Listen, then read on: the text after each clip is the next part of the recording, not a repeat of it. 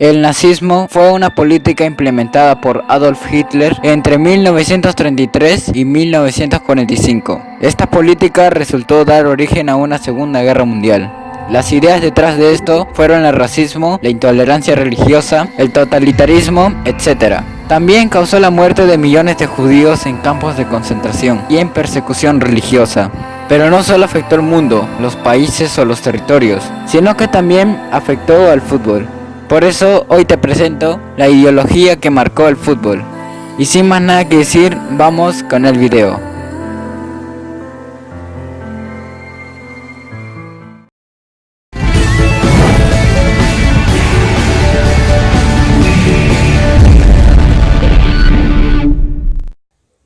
Para que comprendamos qué era el nazismo y su influencia en el fútbol, tenemos que saber quién es Adolf Hitler. En resumidas cuentas, Adolf Hitler era un austriaco nacido el 20 de abril de 1889 y se suicidó el 30 de abril de 1945. Era un líder nazi, responsable del estallido de la Segunda Guerra Mundial. Ahora, si miramos al dictador de manera futbolística, él era un fanático del club alemán Schalke 04 y se dice que ayudó al equipo a hacer grandes progresos. Ahora veremos los casos que hizo el nazismo hacia el fútbol.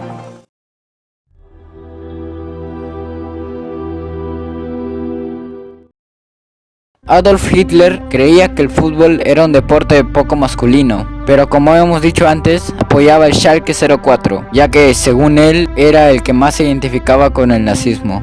El Schalke durante la Alemania nazi jugaron 14 de 18 finales alemanas, ganaron 162 veces y 189 partidos, nunca perdieron en casa y sus 6 derrotas fueron como visitantes. Así comenzó a forjarse la grandeza de este equipo alemán. Por su parte, Bayern Múnich y el Borussia Dortmund eran perseguidos por ir contra los pensamientos de Hitler. Como consecuencia de esto, no figuraron para nada durante la dictadura. La Bundesliga no se detuvo durante la Segunda Guerra Mundial.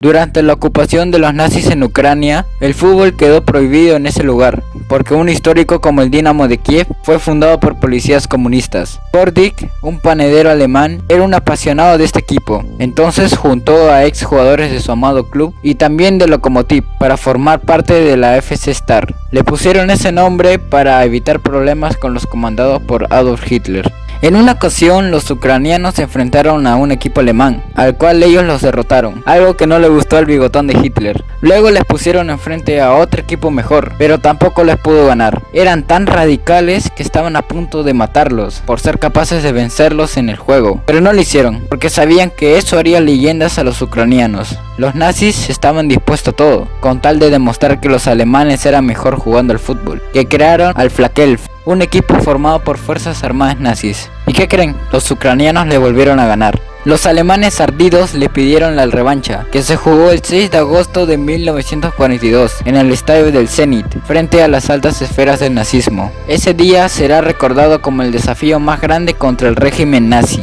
lo cual llamaron el Partido de la Muerte. Los jugadores del FC Star se negaron a realizar el saludo nazi, un golpe de rebeldía hacia sus rivales los alemanes. Al medio tiempo, los ucranianos ya les ganaban a los alemanes por 2-1. Fue entonces cuando sucedió lo inevitable. El comandante Eberhard bajó a los vestuarios del FC Star para amenazar de muerte a los jugadores ucranianos, que no se cansaban de vencerlos. Sabían perfectamente que estaba en el juego el orgullo, le demostrarían a los nazis que no eran invencibles, por eso siguieron con su cátedra en la segunda parte, sin importarles que estaban amenazados de muerte.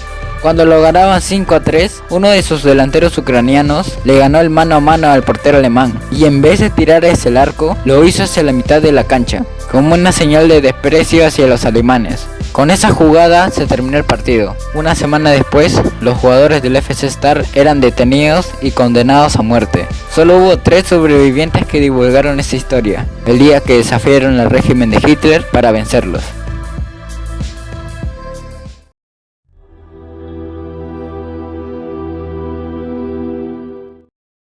El hombre austriaco que ves ahí fue catalogado en sus tiempos como una promesa que daría grandes frutos. Sin embargo, estaba en el lugar equivocado y en el momento equivocado. El jugador, que jugaba como delantero centro, jugó con su selección en los mundiales. Sin embargo, su decisión de vida o muerte le acababa de llegar. En camino hacia Francia en 1938, Alemania nazi se había anexado con Austria por obligación, quienes fueron egoístas y derribaron todo el camino que el fútbol habría sembrado en su corazón, donde al disolverse la Liga de Austria, su club fue anexado. No contento con eso, su selección tuvo que ser destruida y tendría que jugar con los colores de la bandera alemana. El último partido de Austria ante los ojos de Hitler fue contra su Alemania. Sindelar metería el segundo gol a los 45 minutos. Hitler, en medio del saludo, el hombre empezó a bailarle en forma de repudio, algo así como un twerking. Sindelar no quiso jugar en Alemania y negó todo lo que tenía que ver con ella. Siguió con Austria hasta el final. Al final, falleció por intoxicación por monóxido de sodio por la policía secreta nazi. Fue su triste despedida de este mundo.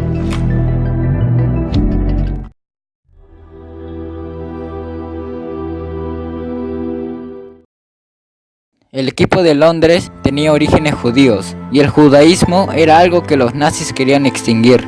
Para 1935, ya en el ascenso de Hitler en Alemania, las naciones europeas ya tenían ideas de que el nazismo afectaría a las personas, especialmente a los judíos, pero a Inglaterra no les importaban las ideas de la Alemania nazi, y la invitó a un amistoso. El lugar de la disputa sería en Tottenham White Hart Lane. La junta de los Spurs le pidió a la Federación Inglesa que cambiara los estadios, pero no se hizo nada. Según un periódico llamado Daily Express, decía que aproximadamente un tercio de la audiencia del estadio era judío.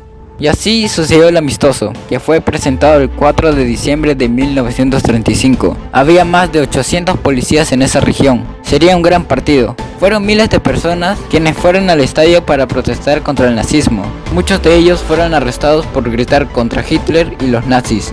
Dentro del estadio, los 10.000 alemanes tuvieron una gran fiesta. Expusieron con orgullo la esvástica nazi. Y en el momento en que gritaron "Hey Hitler", los gritos fueron acompañados por los ingleses. Ya en el juego, los ingleses vencieron fácilmente a los alemanes por 3-0. Incluso con la victoria, los fanáticos del club de Londres no celebraron. Con el tiempo, las relaciones entre los ingleses y los alemanes se deterioraron y se enfrentaron en lados opuestos. Incluso, después del final de la Segunda Guerra Mundial, 80 años después, los cantos y las mantas alemanas siguen siendo ofensivos para los judíos, que siguen al equipo inglés.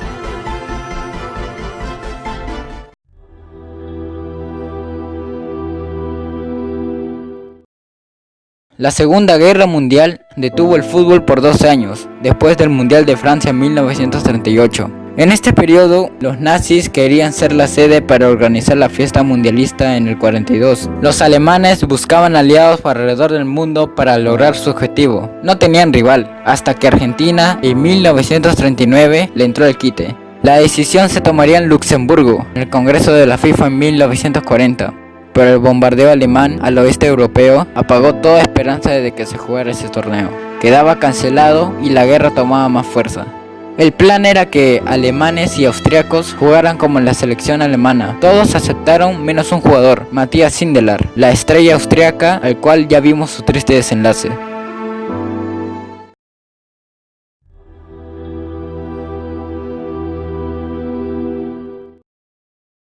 Durante la ocupación de los nazis, todo era miedo en el mundo. Como ya vimos, al estallar la guerra, se nos murió el fútbol de los mundiales.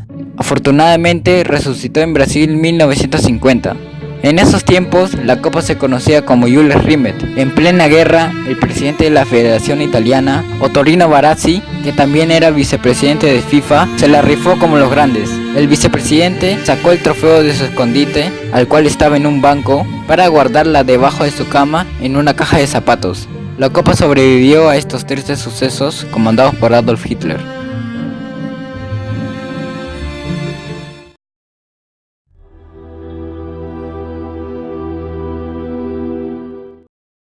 En los Juegos Olímpicos de 1936 en Berlín aparecieron los peruanos para enfrentar a la Austria natal de Hitler. Él se encontraba en los palcos disfrutando del partido. En ese entonces se jugaba desde octavos de final y ahí fue donde Perú increíblemente le ganó 4-2. La molestia del dictador fue tal que el partido tuvo que anularse. Los incas molestos abandonaron la competencia, apoyados por los colombianos que también se fueron. Austria llegó a la final, donde perdió 2-1 contra Italia. Mussolini y Hitler estaban como gordita en tobogán, encantados con el resultado. En ese torneo, Alemania perdió 2-0 contra Noruega, otra derrota que Hitler vio desde el estadio.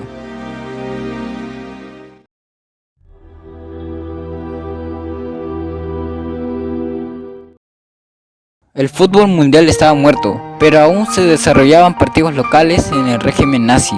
3 días antes de la ocupación de los soviéticos y en la víspera de que Hitler colgara los tenis con su suicidio, se jugó un partido entre el Hamburgo y el Altona 93. Una semana después de este juego, Alemania firmaba su rendición y se terminaba afortunadamente la Segunda Guerra Mundial. El fútbol logró reconstruirse para convertirse en el deporte más popular de la historia. Y bueno amigos, así es como se termina este video. Si les gustó y si quieren que suba contenidos iguales a este, dale like y suscríbete, sería de gran ayuda. Recuerda seguirme en mis redes sociales que estarán acá abajo en la descripción del video. Y sin más nada que decir, nos estaremos viendo hasta la próxima. Adiós.